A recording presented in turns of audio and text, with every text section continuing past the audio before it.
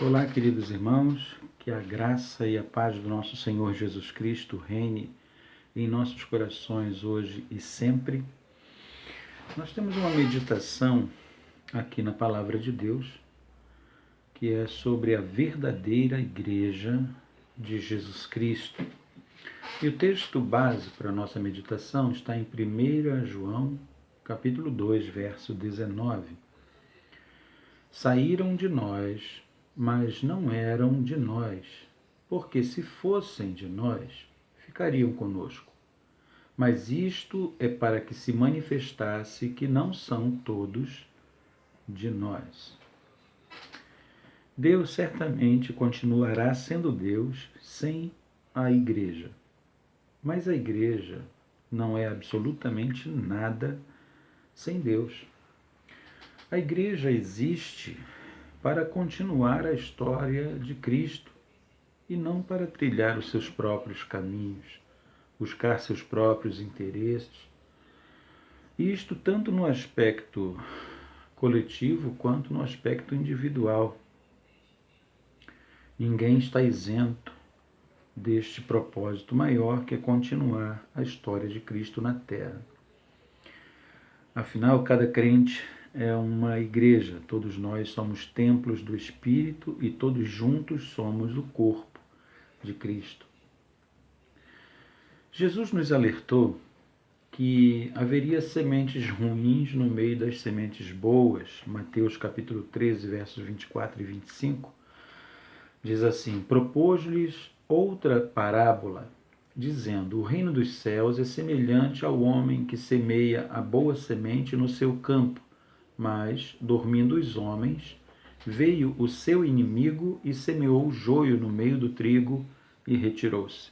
Portanto, a plantação que era de trigo, e com o propósito de quem o plantou, de dar unicamente uma resposta positiva na semeadura, agora está misturada com outro tipo de semente, da qual não se aproveitará nada. Isto quer dizer que a igreja, enquanto reunião de pessoas, sempre terá em seu seio pessoas não convertidas. Esse é um fato. E até pessoas que se deixarão contaminar pelos que não são convertidos. Temos que tomar um grande cuidado aqui. Ser igreja exige que nós estejamos em comunhão uns com os outros. E esta comunhão não é para ser feita sob desconfiança ou sob interesses pessoais particulares.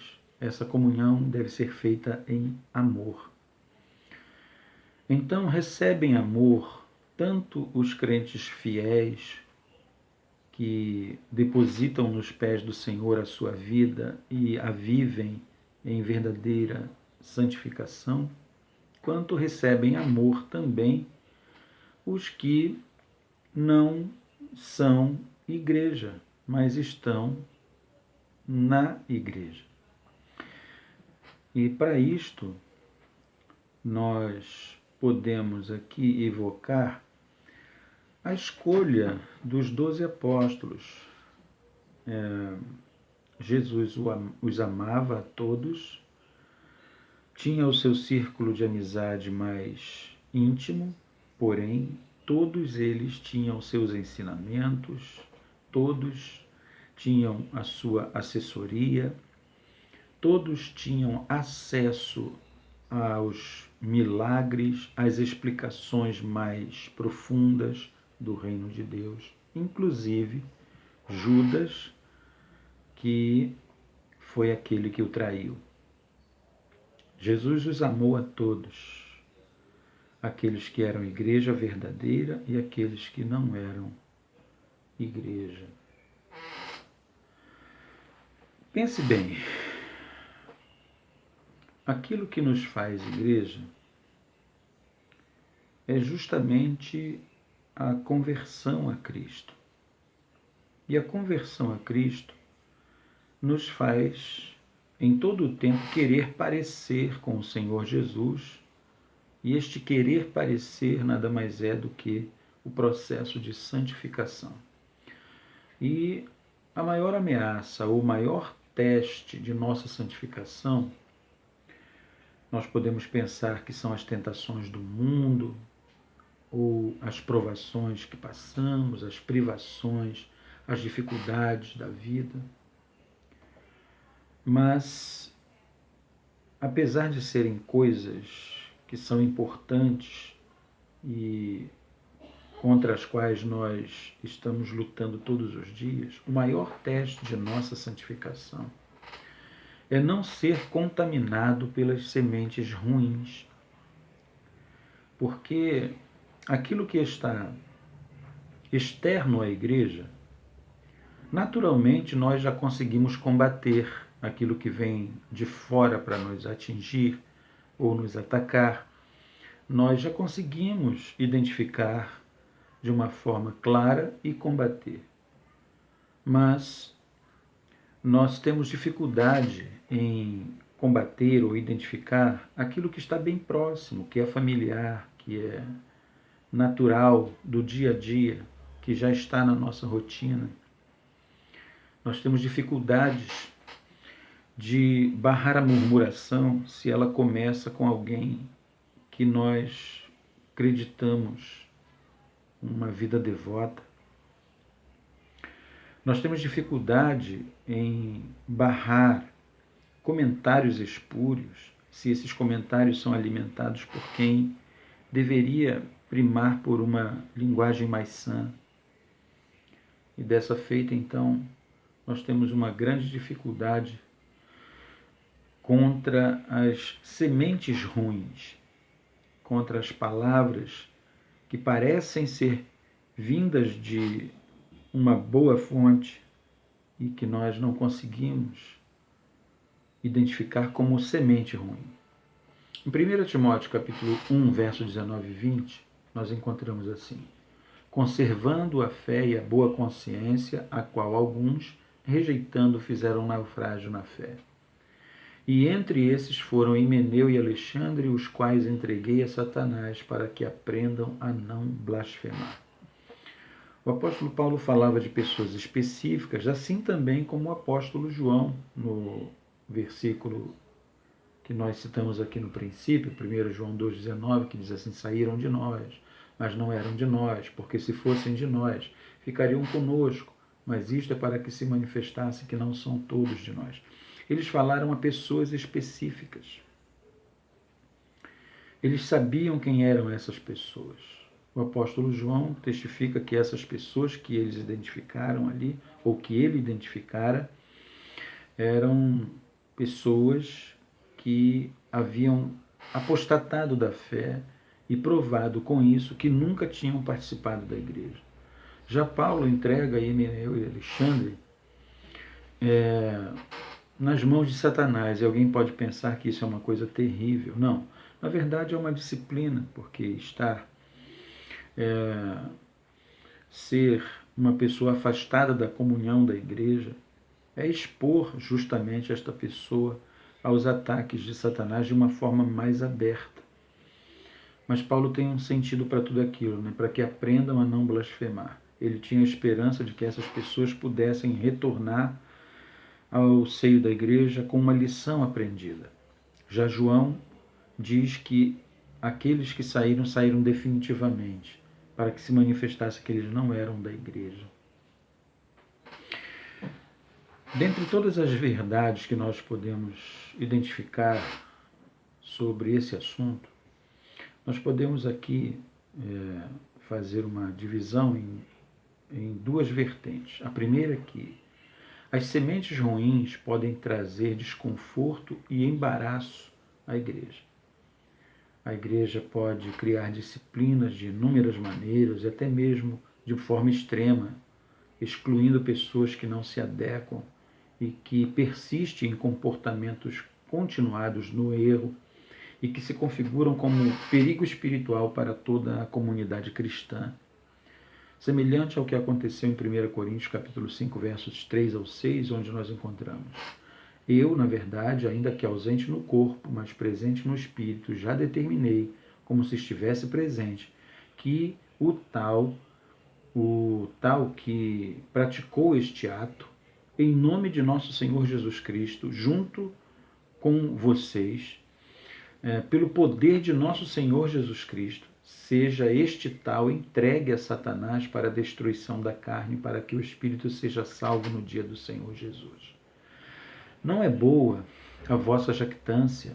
Não sabeis que um pouco de fermento faz levedar toda a massa?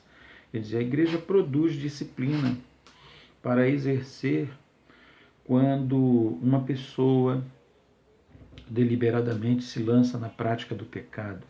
E nós temos a ideia de que esses pecados são aqueles mais horrendos, prostituição, roubo, ou coisas desse tipo que agridem a sacralidade da moralidade cristã. Mas existem outros pecados que são igualmente insistentes. Pare e pense quantas pessoas estão congregando em suas igrejas sem considerar que a liderança que está ali é a autoridade espiritual sobre a sua vida. Considerem isso. Considerem o risco que isso representa na questão de contaminar as outras pessoas. Preste bem atenção que a disciplina não é somente para aqueles que estão de uma forma terrível, trazendo um foco de vergonha escandaloso sobre a comunidade cristã. A disciplina é para ser usada também com aqueles que, de uma forma metódica e também tácita, quer dizer, por trás dos panos, muito sutilmente, exercem pecados em suas vidas que podem atrapalhar o bom curso da carreira cristã em uma comunidade. Então, as sementes ruins podem trazer desconforto e embaraço à igreja. Nós temos que ter ciência disso e temos que, como igreja, construir instrumentos que possam corrigir os corrigíveis e também afastar aos incorrigíveis. Eu espero que, sinceramente, a maioria seja corrigível. Porém, como experiência, eu sei que existem muitas pessoas incorrigíveis. E o segundo foco é saber que nós precisamos ter uma postura. E essa postura, ela precisa ter pelo menos aí 5 pontos interessantes. A primeira postura que nós devemos ter é demonstrar temor em comentar coisas que não são de nosso conhecimento pleno. Se nós não temos conhecimento pleno sobre algum assunto, nós não devemos exercitar o nosso comentário, a nossa opinião, julgamento e ser taxativo em relação a um assunto. Nós precisamos conhecer toda a história. Em algum momento aconteceu um fato terrível numa igreja. Esta igreja tinha um pastor muito dedicado. Sua esposa e seus filhos participavam do ministério. Eram crianças ainda, mas participavam do ministério da igreja, das atividades da igreja. Este pastor, muito dedicado, era admirado por muitos. Mas uma mulher, com intenções malignas, começou a espalhar que o pastor era seu amante. Na verdade, ela queria separar o pastor de sua família para poder ter a chance de se aproximar, porque criou uma paixão louca, terrível, com a imagem do pastor. Imediatamente, aquela notícia ter vazado na igreja, notícia falsa, uma comissão foi feita na igreja com diáconos, com o ministério da igreja, sem a presença do pastor, para lhe excluir definitivamente do ministério. E quando o pastor com a sua família chegaram ao próximo culto, ele foi totalmente humilhado, envergonhado. A mulher que dizia as acusações estava presente e tensionando separar o pastor de sua família para ter os seus objetivos escusos, bem-sucedidos, confirmou a mentira na frente de todos, embora o pastor clamasse que a congregação o conhecia já há muito tempo, mas infelizmente ele perdeu a congregação e por tabela também perdeu sua família, sua esposa e seus filhos que acreditaram na história daquela mulher. Este pastor foi retirado do ministério. Seu ministério foi lançado na lama. Depois de 20 anos, aquele moço, que agora não exercia mais o pastoreio, já estava quase na idade de aposentar. Aquela mulher procurou a comissão da igreja, porque dali por diante ela nunca conseguiu se aproximar daquele homem que tinha sido abandonado pela esposa, filhos e pela igreja. Ela chegou com a comissão que o havia excluído depois de 20 anos. Alguns já haviam até morrido, mas os que estavam sobrevivendo foram surpreendidos ali por aquela declaração da mulher, que confessou que havia mentido, se arrependia dos seus pecados, havia destruído um ministério pastoral e uma família por causa de uma ilusão do seu coração. Reconhecendo o seu erro, aquela comissão foi reunida novamente com os sobreviventes. Levaram a questão à igreja, choraram, se arrependeram diante de Deus e ficaram comprometidos de ir à casa daquele pastor para reconduzi-lo ao ministério. Então, chegando à casa do pastor, disseram que haviam cometido um equívoco, que eles tinham agido com pressa e que o haviam retirado do ministério. Pediam perdão e que ele iria recobrar o ministério e refazer a sua vida normalmente na igreja. Ao que aquele pastor respondeu: vocês podem me dar novamente o ministério. Vocês podem até me dar novamente a minha casa e a minha família, mas vocês nunca vão me dar novamente os 20 anos que eu perdi debaixo de uma condenação feita injustamente. Queridos, nós não devemos espalhar coisas, não devemos comentar coisas, não devemos dar a nossa opinião para aquilo que nós não temos conhecimento completo ou um mínimo de conhecimento. O segundo aspecto é que nós não devemos simplesmente existir na igreja, mas nós devemos colaborar com os objetivos. Veja que quando Jesus falou sobre o joio e o trigo, eles estavam coexistindo. O trigo tem um propósito, o joio não. Mas mesmo assim eles existem dentro da igreja.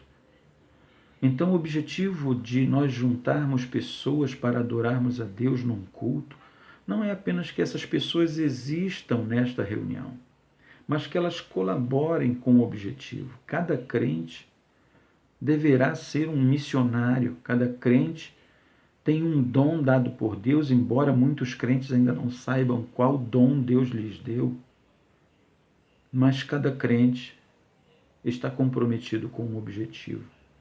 Filipenses 2:21 diz assim: pois todos eles buscam o que é seu próprio, não o que é de Cristo Jesus.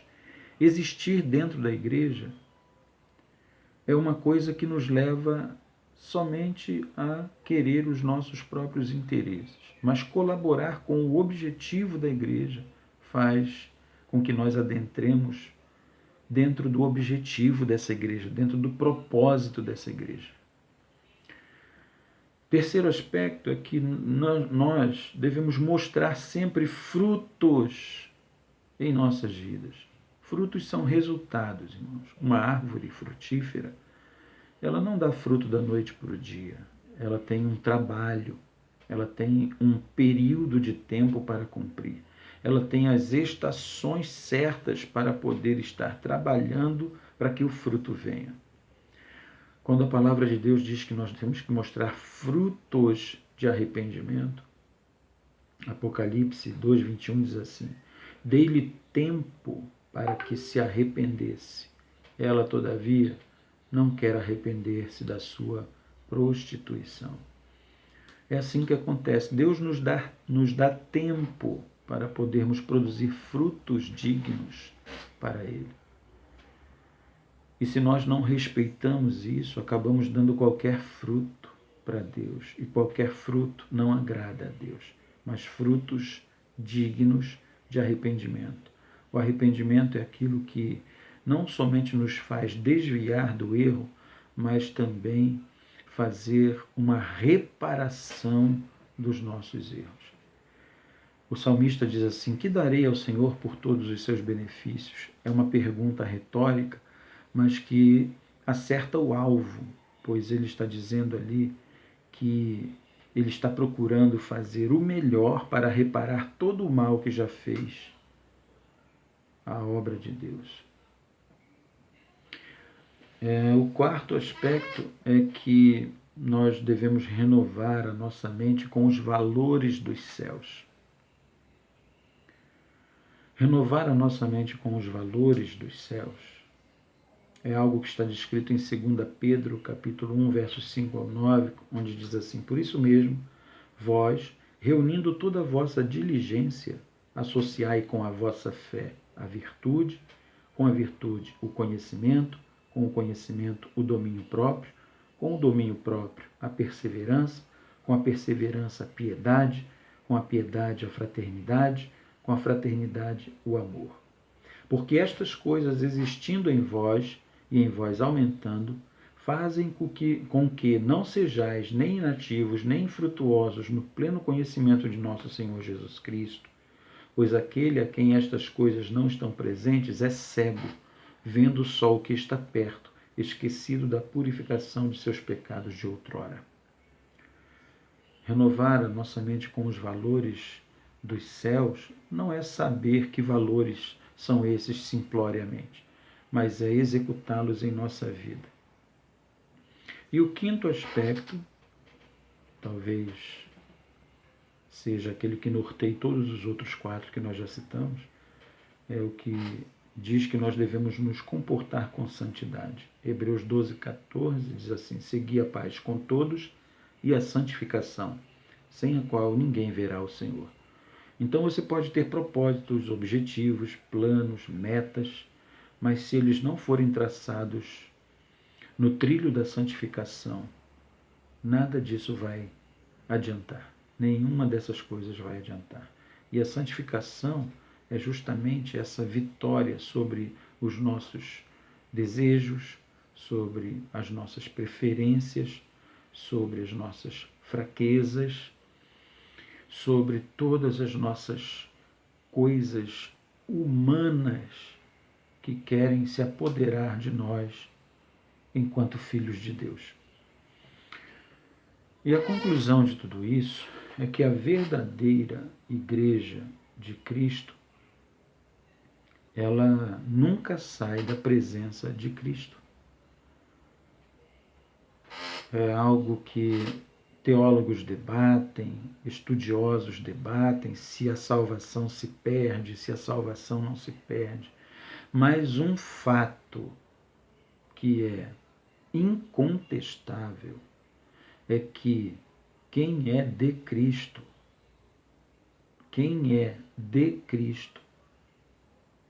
não é do mundo, ou não volta-se para o mundo.